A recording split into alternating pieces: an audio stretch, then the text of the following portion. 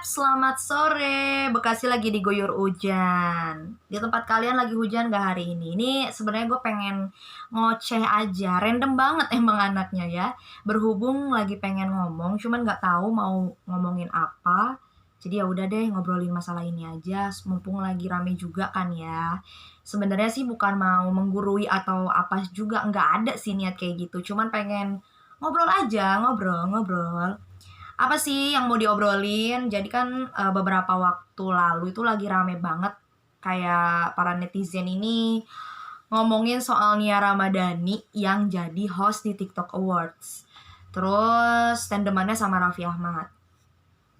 Jujur gue nggak nonton sih teman-teman, gue nggak nonton sama sekali dan gue baru ngeliat karena ini langsung jadi headline news di mana-mana gitu. Nia Ramadhani dianggap gagal membawakan acara TikTok Awards. Terus banyak warganet yang membuli Nia Ramadhani nggak layak, bla bla bla, banyak banget dah muncul itu ya di mana-mana. Headline news beberapa hari ini yaitu beritanya. Karena penasaran, akhirnya nontonlah, ngintip-ngintip sedikit. Dan aku nonton, dan saat aku nonton memang, kok begini sih gitu.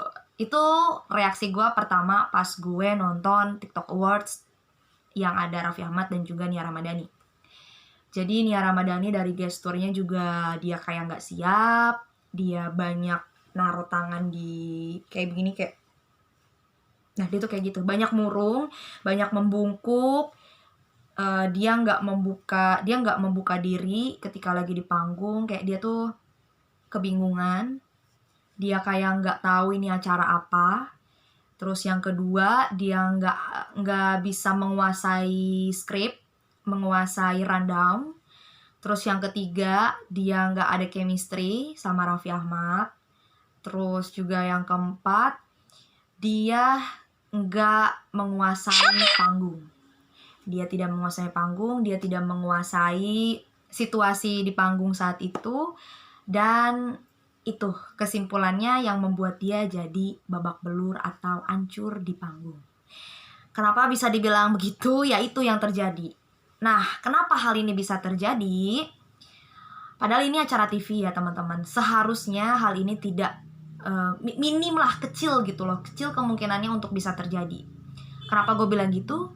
Yang namanya acara event aja itu ada reading. Itu ada bedah rundown, ada minta briefing dulu sama timnya. Apalagi kalau di TV itu pasti kan di brief dulu sama tim kreatifnya. Nah ini masa iya nggak di briefing dulu? Ini tuh kayak orang yang tiba-tiba dibilang aja ditembakin gini loh. Ini acara TikTok Awards, lo mulainya jam 7 nanti malam, misalnya gitu ya. Ini lo ntar nge-MC ya di acara TikTok Awards jam 7 malam. Terus, oh ya udah oke. Nah, lu tuh nggak tahu rundownnya apa, terus lo langsung naik aja di atas panggung, terus lu kayak ngoceh aja sesuka hati lo. Lu nggak ngikutin rules-nya gimana. Lu nggak tahu arahnya kemana. Lu nggak tahu mau ngomong apa. Kayak gitu loh, kayak orang kalau ditembakin bingung kan mau ngomong apa. Nah Nia Ramadhani itu kayak gitu. Aneh banget kok bisa begini gitu loh. Apakah memang tidak di briefing dulu kah? Ataukah memang dia langsung main mau on the spot aja? Bisa aja sih kayak gitu. Mudah-mudahan sih itu nggak kejadian ya. Tapi kalau gue melihat hasilnya kemarin sih sepertinya memang tidak ada briefing, tidak ada reading, tidak ada bedah rundown, nggak ada pembagian juga kayak tektokan sama Raffinya tuh nggak ada sama sekali. Gue aja tuh yang megang acara MC di panggung biasa gitu ya, event-event kayak gitu, kalau ada tandeman tuh gue pasti bedah rundown, terus gue tuh pasti ngebagi, nanti lo bagian ini ya, pokoknya acaranya ini, pokoknya kita fun aja, kalau lo kurangnya apa nanti pas lagi kita turun kita ngomongin lagi. Itu selalu, setiap kali kita ada turun panggung itu tuh pasti ngomong sama tandeman, lu terlalu ini deh Ci, lu jangan terlalu ini ya, atau enggak gue nih nanti pas bagian gue lu diem ya di sini ya, kayak gitu. Jadi kayak dibangun lah chemistry itu seharusnya ya. Apalagi ini buat acara TV, di depan juga audiensnya bukan yang orang huru hara ya Wak, Bapak Sandiaga Uno, Pak Haritanu gitulah. Terus juga belum lagi ada tamu-tamu kepentingan kehormatan lah di situ gitu kan, juri-juri yang emang ditunjuk Dan di situ Nia Ramadhani pun kayak seolah-olah dia tuh nggak tahu di depan dia tuh siapa gitu.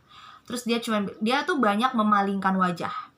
Dia banyak mengucapkan kata-kata yang seharusnya nggak harus diucapkan. Pertama, dia itu mengucapkan kekurangan dirinya dia. Itu boleh sekali-kali kalau untuk gimmick. Tapi yang dia lakukan adalah bukan gimmick. Itu saking dia itu nggak punya materi buat diomongin. Jadilah dia kayak ingin menutupi kekurangannya dia dengan mengungkapkan kekurangannya dia. Gitu. Makanya dia bilang, mata gue ini minus, gue gak kelihatan nih kalau baca itu di depan, jadi Raffi aja yang baca. Itu diomongin di panggung. Yang seharusnya tuh kalau lo mau omongin, ya lo omongin di belakang panggung. Even lo matanya minus, ada softfriend yang minus, itu nggak bisa dijadiin alasan. Ya lu dibayar juga di situ, dibayar mahal juga pastikan. Namanya di TV ya, dibayarnya juga pasti lumayan, bener nggak sih? Lumayan dong, dibayar juga. Ya lu harus tanggung jawab, dan harusnya ya penonton nggak peduli lu mau minus mau enggak, yang penting lu bisa bawain acara, istilahnya gitu. Ya lu mau ngucapin kayak gitu ngapain? Gitu, itu minusnya. Terus yang kedua, dia juga banyak niup-niup masker. Mungkin karena dia bingung mau bawain apa, karena dia di situ yang gue lihat tidak menguasai rundown, tidak menguasai panggung, tidak menguasai acara. Karena ya ini kenapa bisa terjadi, karena tidak reading. Itu sih kalau menurut gue. Kalau nggak reading ya lu blank aja, bingung lu mau ngapain. Terus Nia Ramadhani juga ada momen dimana dia itu kayak ngejatuhin Raffi.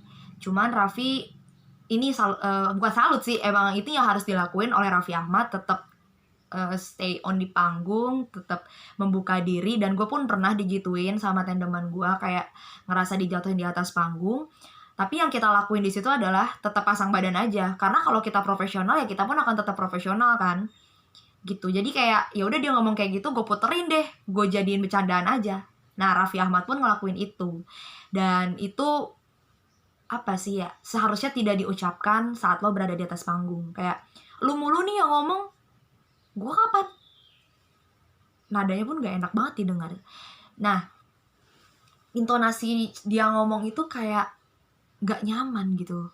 Gak nyaman. Makanya yang denger tuh warganet tuh banyak banget kan yang komen sombong lah. Terus yang komen, udah lu manggung di acara hajatan aja dulu buat belajar kayak gitu-gitu. Ya kenapa ya, nggak salah sih mereka, karena ngelihatnya emang kayak nggak siap gitu, kayak nggak, kayak cuman main-main doang. Padahal kan ini ditonton seluruh Indonesia loh, dan ini pun resikonya kalau jelek ya lo pasti dibully.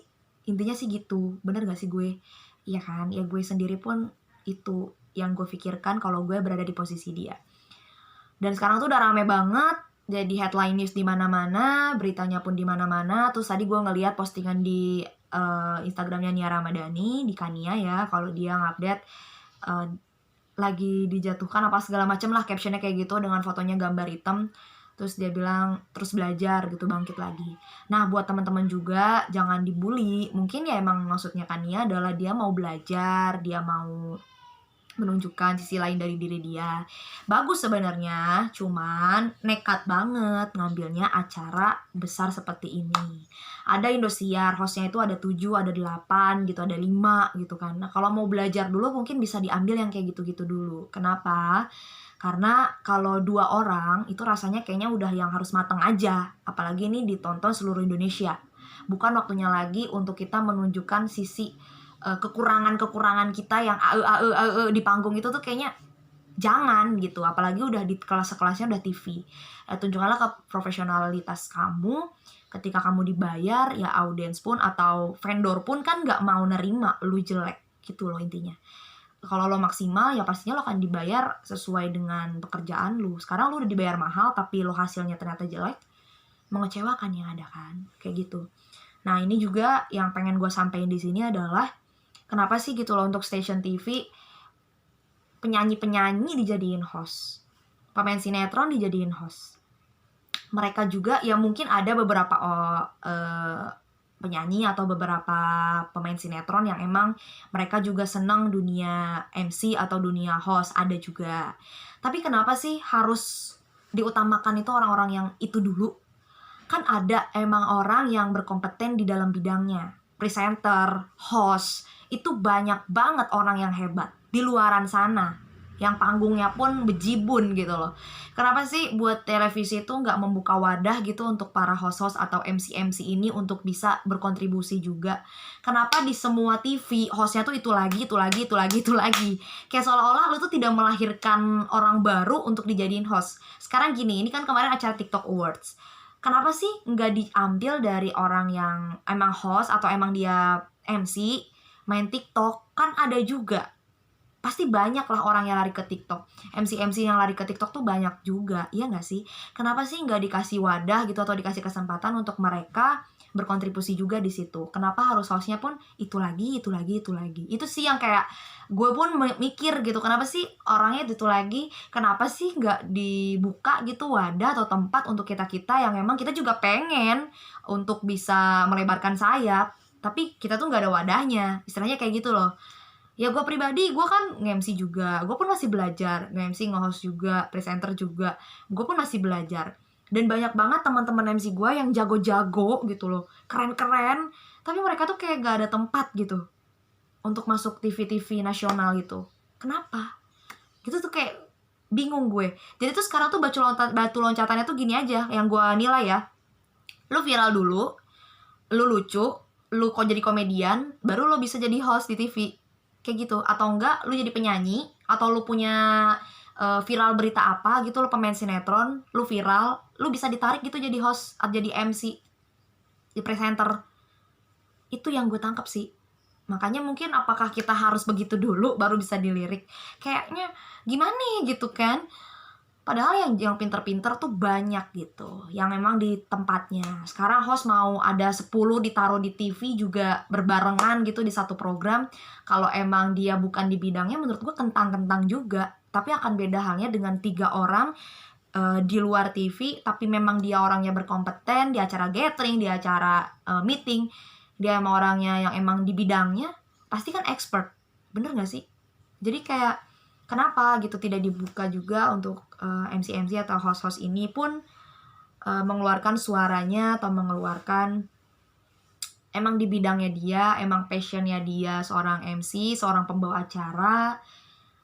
Kenapa sih tidak mencari yang lain juga untuk dibukakan jalannya di dunia hosting itu, di TV itu sih. Itu yang disayangkan. Mungkin kalau itu terjadi, pasti kan akan meminimalisir hal-hal seperti yang Kania Ramadhani alami saat ini. Kenapa gue bisa bilang begitu? Karena ini kan kayak seolah-olah udah nggak ada, kayak seolah-olah gini loh, acaranya tuh tidak di prepare. Itu yang pertama. Terus yang kedua, jadi kayak cuman asal nyomot aja gitu. Asal nyomot, udah lu bawain acara ini. Kayak gitu. Makanya hasilnya seperti ini. Yang rugi siapa? Yang rugi ya yang bersangkutan. Itu jadi dari sisi host juga, dari sisi MC juga, dari sisi talent, gue pribadi pun kalau mau ngambil pekerjaan gak cuma dinilai dari seberapa mahal atau seberapa bergengsinya acara tersebut. Enggak, gue gak pernah ngeliat cuan, gue kayak gak pernah ngeliat seberapa kerennya acara tersebut. Enggak, ya acaranya pun kalau emang masuk akal dengan budget, dengan lokasi gue masuk akal, ya gue pun akan turun walaupun acaranya misalnya biasa aja gitu, acaranya bukan yang sekelas keren-keren gitu kan, ya gue pun akan tetap ngambil gitu. Jadi gue tidak melihat itunya teman-teman. Balik lagi untuk di acara TV pun jangan melihat itunya, jangan melihat nominalnya, tapi lihatlah kalian mampu atau tidaknya membawakan acara tersebut. Kalau memang kalian mampu, kalian dibayar murah pun pastikan hasilnya keren. Tapi kalau kalian tidak mampu, dibayarnya mahal, pastikan kalian pun jadinya nggak enak bawain acaranya. Iya nggak? Kalau gue sih itu yang pengalaman yang pernah gue rasain pun, gue pernah di posisi itu dan gue pun masih belajar. Intinya adalah jangan menyerah untuk terus belajar. Kegagalan itu adalah proses. Jadi jangan patah semangat. Untuk Kania Ramadhani juga terus semangat, mudah-mudahan ini bisa menjadi titik awal yang baru supaya bisa jadi lebih baik lagi nanti jadi hostnya, jadi presenternya. Dan buat teman-teman juga, stop, jangan dibully Kania Ramadhaninya, tapi disupport, dikasih masukan aja. Mudah-mudahan bisa menjadi awal yang baru untuk lebih berkembang lagi di dunia hosting. Mungkin Kania Ramadhani lagi pengen menjajal dunia hosting juga teman-teman gitu. Jadi tidak ada salahnya lah namanya ingin mencoba. Itu aja sih pengocehan kita sore hari ini. Ini namanya cuitan ngopi bareng Vici. Ngobrol bareng Vici yang ala kadarnya ini ya. Aduh, ya sudah gitu aja deh ocehan aku sore ini.